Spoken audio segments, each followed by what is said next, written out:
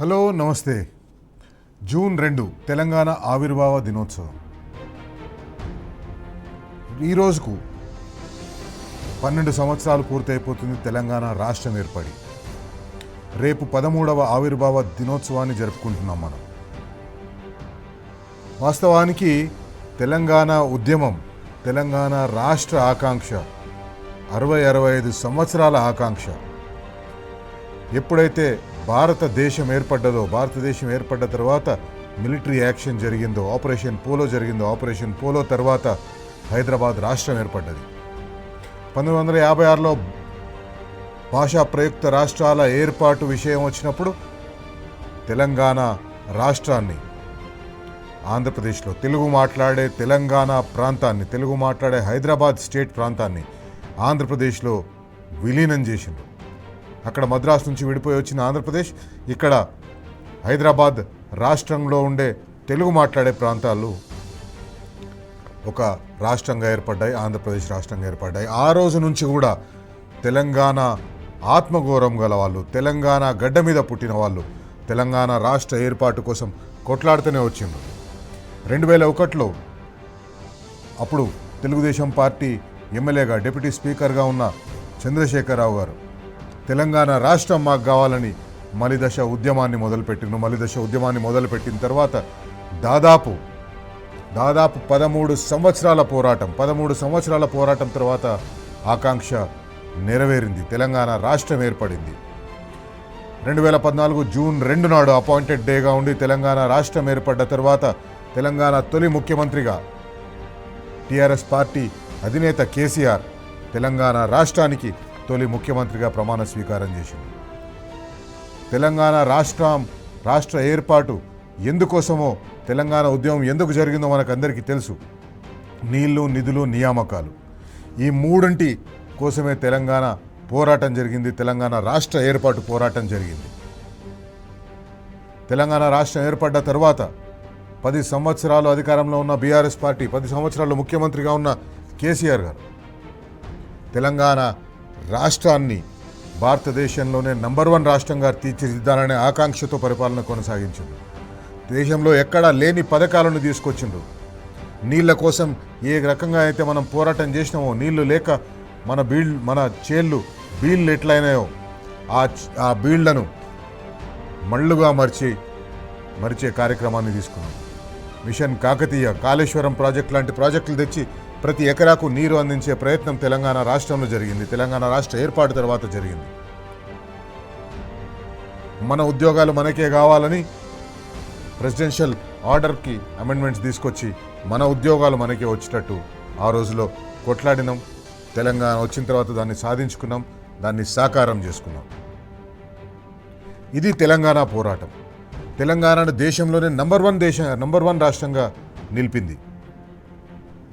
తలసరి ఆదాయం 92-95 వేల ఉంటే దాన్ని 3,15,000 వరకు తీసుకుపోయింది తెలంగాణ రాష్ట్ర తొలి ముఖ్యమంత్రి కేసీఆర్. 2023 డిసెంబర్ వరకు ఆయన ముఖ్యమంత్రిగా ఉన్నంత కాలంలో ఈ ఘనతను మనం సాధించినాం. దేశంలో గ్రామీణాభివృద్ధికి సంబంధించి ఏ అవార్డులు వచ్చినా తెలంగాణ రాష్ట్రానికే వస్తుండే.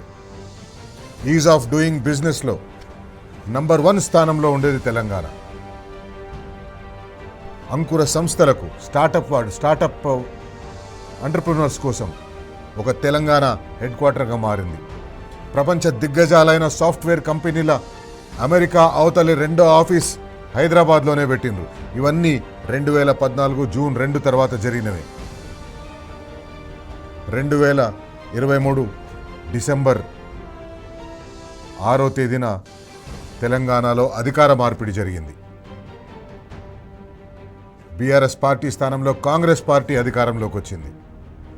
6 గ్యారంటీలు, 420 హామీలు ఇచ్చి కాంగ్రెస్ పార్టీ అధికారంలోకి వచ్చిన తర్వాత సుభిక్షంగా ఉన్న తెలంగాణలో ప్రతి పథకం అమలు జరిగే విధంగా జాగ్రత్తలు తీసుకున్న బీఆర్ఎస్ పార్టీ ప్రభుత్వం రైతు బంధు కానివ్వండి, రైతు బీమా కానివ్వండి, కేసీఆర్ కిట్ కానివ్వండి, మిషన్ భగీరథ ద్వారా ఇంటింటికి నల్ల నీళ్లు కానివ్వండి, కళ్యాణ లక్ష్మి, షాదీ ముబారక్, వరి ధాన్యం కొనుగోలు, వరి ధాన్యం ఉత్పత్తిలో తెలంగాణ రాష్ట్రం దేశంలోనే నంబర్ 1 రాష్ట్రంగా నిలిచింది. తెలంగాణ రాష్ట్రంలో పండిన వరిని ప్రభుత్వమే కొనుగోలు చేసింది. కానీ ఈరోజు ఏమవుతుంది? 2.5 సంవత్సరాల్లోనే 10 సంవత్సరాలు ఇటుక పేర్చుకుంటూ నిర్మించుకుంటూ వచ్చిన తెలంగాణ రాష్ట్రం 2.5 సంవత్సరాల్లోనే కూలిపోయే పరిస్థితికి వచ్చింది. ఈరోజు రాష్ట్ర ఆర్థిక పరిస్థితి మనం చూస్తున్నాం. రాష్ట్ర ఆర్థిక పరిస్థితి ఘోరంగా తయారైంది. కాంగ్రెస్ పార్టీ ప్రభుత్వం గత 2.5 సంవత్సరాల్లో 3,80,000 కోట్లకు పైగా అప్పులు తీసుకొచ్చింది. ఆ తీసుకొచ్చిన అప్పులన్నీ కాంట్రాక్టర్లకు బిల్లులు చెల్లించి ఆ బిల్లుల్లో కమిషన్లు తీసుకొని ఆ కమిషన్లు మూటలు కట్టి ఢిల్లీకి పంపిస్తుంది. కేసీఆర్ గారు మొదటి నుంచి చెప్తూ వచ్చిండ్రు, తెలంగాణ ఇంటి పార్టీ బీఆర్ఎస్. ఈ ఇంటి పార్టీ ఉన్నన్ని రోజులే ఒక పసిపిల్ల ఏ చేతులైతే జాగ్రత్తగా చూసుకుంటాయో ఆ చేతుల్లోనే పసిపిల్ల క్షేమంగా ఉంటుందని. కానీ ఈరోజు తెలంగాణ ప్రజల సంక్షేమం కోసం, తెలంగాణ ప్రజల అభివృద్ధి కోసం ఏ పథకాలైతే తీసుకొచ్చినామో ఆ పథకాలన్నీ ఒక్కొక్కటిగా నీరుగారుస్తూ పోయింది. కాంగ్రెస్ పార్టీ వచ్చిన 2.5 సంవత్సరాల్లో రైతు బంధుకు రామ్ అని కేసీఆర్ అంటే మేమేమైనా దివానాగార్లమా అన్న ముఖ్యమంత్రి రేవంత్ రెడ్డి ఈరోజు అదే రైతు బంధుని ఇయ్యలేకపోతున్నాడు. ఇప్పటికీ 5 రైతు బంధులు రావాలా, కానీ వచ్చింది 2.5 మాత్రమే. ఇంకా 2.5 ఎగ్గొట్టేసింది. ఏ రైతులకైతే పెట్టుబడి సాయం వస్తుందో, ఏ రైతులైతే పెట్టుబడి సాయంతో వ్యవసాయాన్ని పండగలాగా చేసినరో ఆ రైతులు ఈరోజు గోసపడే పరిస్థితి వచ్చింది. వాళ్ళు పండించిన ధాన్యాన్ని కూడా కొనే పరిస్థితిలో కాంగ్రెస్ పార్టీ ప్రభుత్వం లేదు. కాంగ్రెస్ పార్టీ ప్రభుత్వం మొన్నటి పంట మనం చూసినాం. 141 లక్ష మెట్రిక్ టన్నుల పంట వండితే వాళ్ళు కేవలం సగం పంట మాత్రమే కొంటందుకు ఏర్పాట్లు చేసినారు. ఆ సగం పంట కొంటందుకు చేసిన ఏర్పాట్లలో సగం కూడా కొనలేదు. ఈ రోజుకు ఇప్పుడు మనం మాట్లాడుకునేటప్పటికీ కూడా రేపు తెలంగాణ ఆవిర్భావ దినోత్సవంగా యావత్ తెలంగాణ పండగలా చేసుకుందాం అనుకుంటున్న తెలంగాణ ఆవిర్భావ దినోత్సవం రోజు కూడా ఇంకా పంట కొనుగోళ్ల కోసం రైతులు ఎదురు చూస్తూనే ఉన్నారు. రైతు భరోసా కోసం రైతులు ఎదురు చూస్తూనే ఉన్నారు. తెలంగాణ కాంగ్రెస్ పార్టీ లాంటి పార్టీ అధికారంలోకి వస్తే అబద్ధాల మాటలు చెప్పి, మాయ మాటలు చెప్పి ఓట్లు గుంజుకుంటున్న కాంగ్రెస్ పార్టీ అధికారంలోకి వస్తే ఎట్లా ఉంటుందో కేసీఆర్ గారు అనేక సందర్భాల్లో హెచ్చరించిండ్రు. అసెంబ్లీలో హెచ్చరించిండ్రు, బహిరంగ సభల్లో హెచ్చరించిండ్రు, బీఆర్ఎస్ పార్టీ మీటింగ్లో హెచ్చరించిండ్రు. ఒకసారి కేసీఆర్ గారు ఒక సందర్భంలో ఎట్లా హెచ్చరించిండ్రు, ఏం హెచ్చరించిండ్రో అది చూద్దాం. నచ్చిందంటే మన దగ్గర గాలి గాలి గత్తర గత్తర అన్ని అబద్ధాలు చెప్పడం, అబాండాలు వేయడం, లేనిపోని బదనాములు పెట్టడం, నానా రకాల కథలు జరుగుతూ ఉంటాయి. అందుకే నేను మిమ్మల్ని కోరేది, నేను చెప్పే 4 మాటలు తప్పకుండా 10 మందిలో చర్చించి మంచి చెడు ఏదో నిర్ణయించాలని చెప్పి నేను కోరుతా ఉన్నా. అప్పుడే మంచి రాయి ఏదో రత్నం ఏదో తేలే అవకాశం ఉంటుంది. అందుకోసం తప్పకుండా మీ గ్రామాలలో మీరు చర్చించమని నేను కోరుతా ఉన్నా. ఈ రాష్ట్రం ఏ పార్టీ చేతులలో ఉంటే సురక్షితంగా ఉంటుంది, ఎవరు ఉంటే మనకు మేలు జరుగుతుంది అనే విషయాలు మనం ఆలోచించకుండా ఓట్లేస్తే ఆగమయ్యే అవకాశం ఉంటుంది. ప్రజాస్వామ్యంలో ప్రజల దగ్గర ఉండే ఒకే ఒక వజ్రాయుధం మీ ఓటు హక్కు. అది సద్వినియోగం అయితే మంచి జరుగుతుంది, లేకపోతే ఓటు మన తలరాతను కూడా మారుస్తుంది. ఎవరో కాంగ్రెస్ అని ఏడ్చిండు అని మనం ఓట్లయితే ఏమైతే ఏడ్చిండు తుడిచానని ఓట్లేస్తారా ఏనన్నా? అయితే మనం ఏడవాలిగా. ఓట్లు వేస్తే కరెంటు పోతుంది, కరెంటు కాటగలుతుంది, రైతు బంధుకు రామ్ అంటారు, మళ్ళీ ఆఫీసుల చుట్టూ తిరగాలి, మొత్తం ప్రజలు మనం ఏడవాలి. ఇక తెలంగాణ రాష్ట్ర ఏర్పాటు తర్వాత 10 సంవత్సరాలు బీఆర్ఎస్ పార్టీ అధికారంలో ఉంది. 10 సంవత్సరాల తర్వాత కాంగ్రెస్ పార్టీ అధికారంలోకి వచ్చింది. కాంగ్రెస్ పార్టీ అధికారంలోకి వచ్చినప్పటి నుంచి తెలంగాణ రాష్ట్ర ఆత్మగౌరవాన్ని తాకట్టు పెడుతూ వస్తున్నారు. ఎక్కడికక్కడ తెలంగాణ రాష్ట్ర పరువు దిగజారుస్తూ వస్తున్నాడు. అప్పుల విషయంలో, రాష్ట్ర ఆర్థిక పరిస్థితి విషయంలో ముఖ్యమంత్రి రేవంత్ రెడ్డి అసెంబ్లీ సాక్షిగా ఒక ఎయిడ్స్ పేషెంట్ అని, ఒక క్యాన్సర్ పేషెంట్ అని తెలంగాణ రాష్ట్రాన్ని అవమానం చేసిండు. ఢిల్లీకి పోతే అప్పులు కూడా ఇస్తలేరు, చెప్పులు ఎత్తుకపోయేటోళ్ళని చూసినట్టు చూస్తున్నారని ముఖ్యమంత్రి రేవంత్ రెడ్డి తెలంగాణ ఆత్మగౌరవాన్ని అవమానపరిచిండు. తెలంగాణ రాష్ట్ర ఏర్పాటుకు తెలంగాణ ఉద్యమం సందర్భంగా తెలంగాణ తల్లికి రూపకల్పన జరిగితే ఆ తెలంగాణ తల్లి బోసిపోయేటట్టుగా తల్లి విగ్రహాన్ని తీర్చిదిద్దిండు. బతుకమ్మని తెలంగాణ తల్లి నుంచి దూరం చేసిండు.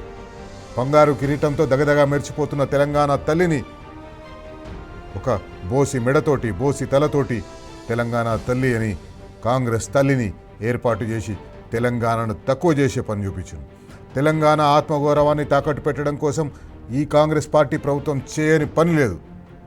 ఏ నీళ్ల కోసమైతే తెలంగాణ ఉద్యమం జరిగిందో ఆ నీళ్ల కోసం జరిగిన ఉద్యమాన్ని తాకట్టు పెట్టిండు. ఈరోజు గోదావరి జలాలు కానివ్వండి, కృష్ణా జలాలు కానివ్వండి, ఆంధ్రప్రదేశ్ రాష్ట్రం యథేచ్ఛగా దోచుకపోతుంటే, యథేచ్ఛగా ప్రాజెక్టులు నిర్మిస్తుంటే ఒక్క ప్రాజెక్టును కూడా అడ్డుకోలేకపోయినారు. కాళేశ్వరం ప్రాజెక్టు కట్టిన తర్వాత ఆ కాళేశ్వరం ప్రాజెక్టు కింద లక్షలాది ఎకరాలు పంట పండుతుంటే ఈరోజు ఆ కాళేశ్వరం ప్రాజెక్ట్ని పండుకోబెట్టిండ్రు. ఇదంతా చేస్తున్నది ఏ రాష్ట్రం నుంచైతే మనం విడిపోయినామో, ఏ రాష్ట్ర బానిస సంఖ్యల నుంచైతే మనం విడిపోయినామో ఆ రాష్ట్రం బాగు కోసమే. అందుకే ఈరోజు బరాబర్ అడుగుదాం టీ న్యూస్ వేదికగా, టీ న్యూస్ తరఫున బరాబర్ అడుగుదాం తెలంగాణ రాష్ట్ర ఆవిర్భావ దినోత్సవం జరుపుకుంటున్న ఈ సందర్భంగా తెలంగాణ రాష్ట్రంలో ఏం జరుగుతుంది, తెలంగాణ ఆవిర్భావ దినం ఎందుకు మనం ఈరోజు ఇట్లాంటి పరిస్థితులు జరుపుకోవాల్సి వస్తుంది, బరాబర్ అడుగుదాం. జూన్ 2 తెలంగాణ ఆవిర్భావ దినం. కానీ ఇక్కడ ఒకటే ప్రశ్న, అవతరణ జరుపుకుంటున్నామా లేక తెలంగాణ రాష్ట్రం ఆత్మను కోల్పోతున్నామా? బరాబర్ అడుగుదాం.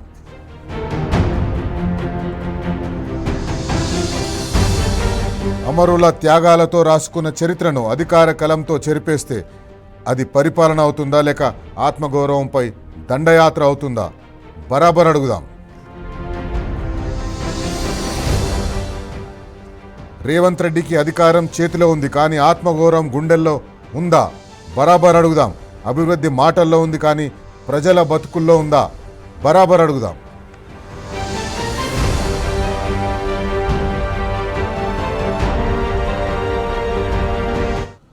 రైట్, ఒక చిన్న బ్రేక్ తీసుకుందాం. బ్రేక్ తర్వాత తెలంగాణ రాష్ట్ర ఆవిర్భావ దినోత్సవం సందర్భంగా ఈరోజు మనం ఎన్ని కష్టాలు పడి తెలంగాణ సాధించుకున్నాం, ఎన్ని కష్టాలు పడి తెలంగాణను నిర్మించుకున్నాం, ఆ సాధించుకున్న తెలంగాణ, అట్లా నిర్మించుకున్న తెలంగాణ పరిస్థితి ఏంది ఈరోజు,